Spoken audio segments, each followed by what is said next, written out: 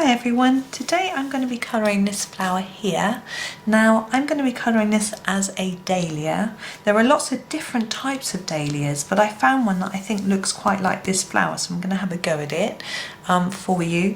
Now this is a flower wreath from World of Flowers. As you can see, I've done quite a few of them already. There are other videos of those which you can find on my channel, but we're going to crack on and do this one. Now the dahlia picture that I have is a rather pretty peachy pinky colour, so that's the colour I'm going to do. So I'm going to use my Staedtler Ergosoft. This is number 43. It's actually a colour I don't use very often, but I'm going to start with it and I'm just going to do a light layer over the whole of this flower, and then we're going to go in with some highlights in a bit. Now these bits here, I don't know how well you can see. I can't zoom in anymore else it goes blurred on my camera. I think they will be parts of the petals that are underneath rather than leaves. It's easier to colour them over in the same colour as I'm doing all these petals. So I'm just going to do those in this sort of peachy colour as well. My husband loves this colour. It's one of his favourites, and he uses it for sunrise or sunset pictures when he uses pencils. He's actually in a watercolour phase at the moment.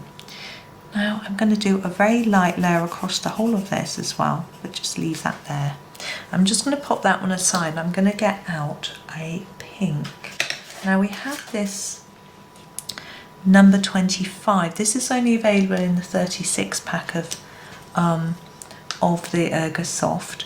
And what I've noticed about the picture that I've got of these flowers is that there is pink on the edges of the petals.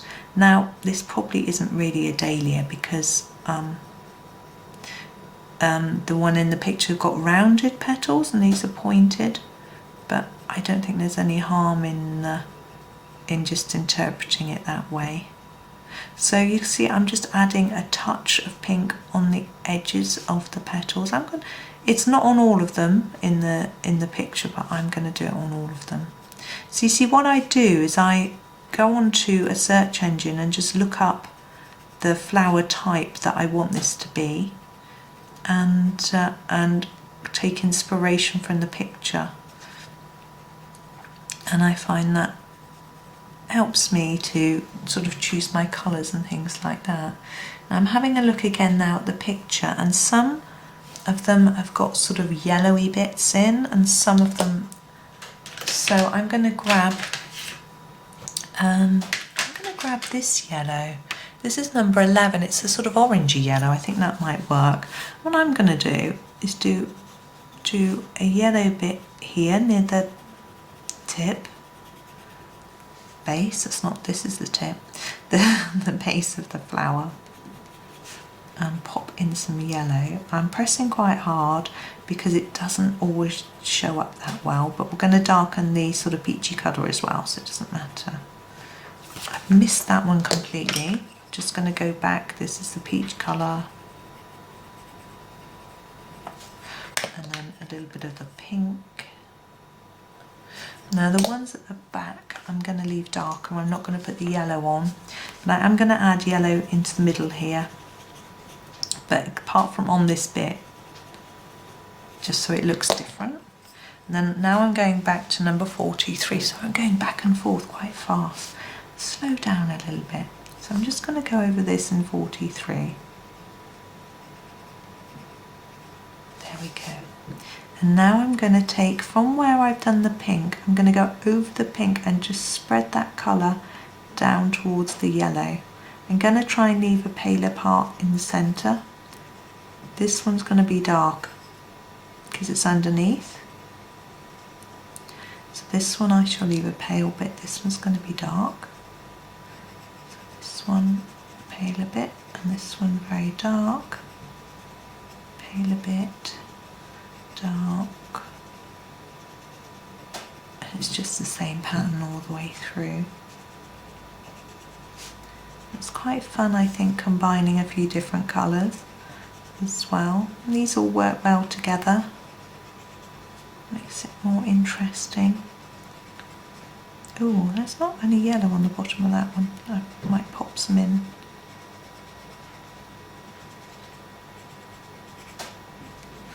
There we go. And you can just keep going on with that until you get the shade that you feel looks right for you. And I'm happy with that. It doesn't look anything like the picture, but I still think it looks quite pretty. For me anyway, I'm happy. Now we've got various leaves to do here as well. Now we've got these little tiny ones, which, yeah, and we've got these larger ones. I'm going to start with the larger ones. I'm going to use one of my favourite greens, which is the number 57. And what I'm going to do is try and do quite a dark application of the green near the petals. And what I'm doing to get that is I'm pressing fairly hard and I'm going over it a few times, and then I'm drawing it out towards the edge of the leaf with a lighter pressure and with less layers. I feel like I often explain the same thing to you over and over again about how to do it, but I hope it helps. And then you see I've gently brought the colour out, but I don't want to take it to the tip. We'll take another shade of green in there. So we're going to do exactly the same for every leaf. It sounds like my husband's walking around upstairs now.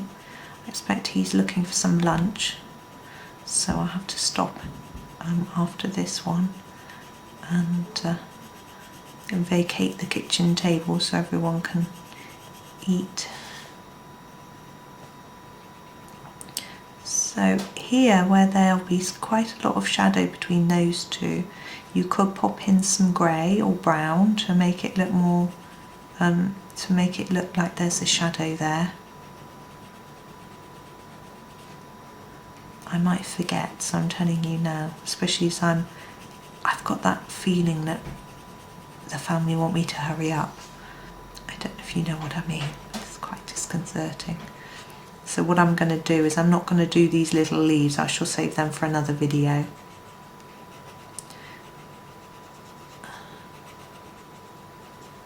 So pouring the colour out towards the tip.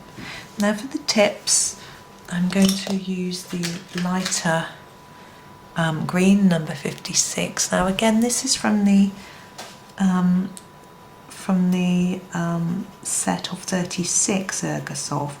If you don't have the 36 and you only have the 24, then what I would do was take the darker green all the way to the tip, but very, very gently, and then maybe go over it in a bit of yellow.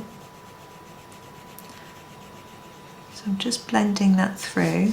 So I'm going over the top of the green that I did before,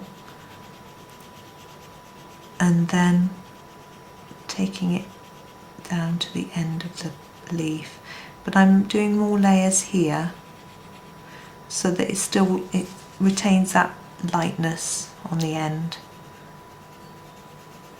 Now of course you can do all sorts of fancy things with leaves, as if they're turned at the ends, or do a more definition of the veins and things like that. But I'm going to keep this one nice and simple.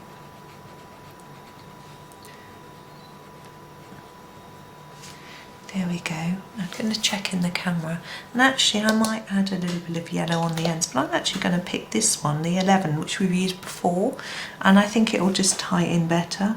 I'm just going to add a gentle layer to the tip of each leaf. It just adds some vibrancy. It might not come out on the camera, but I can see the difference. You'll be able to see the difference. If you do one and then look at the others, you'll be able to see the difference. Sometimes I even add a little bit of orange on the ends. I'm going to take this pink, this is the pink we used for the tips of these, and just add the tiniest bit on the tip of each leaf.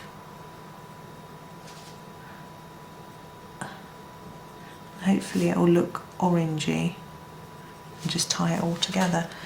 I'm going to sneeze. Ooh. Excuse me, I'm so sorry. Right, so there we go, that's all finished. So I hope you enjoyed that little Dahlia demonstration. Thank you very much for watching, and happy colouring.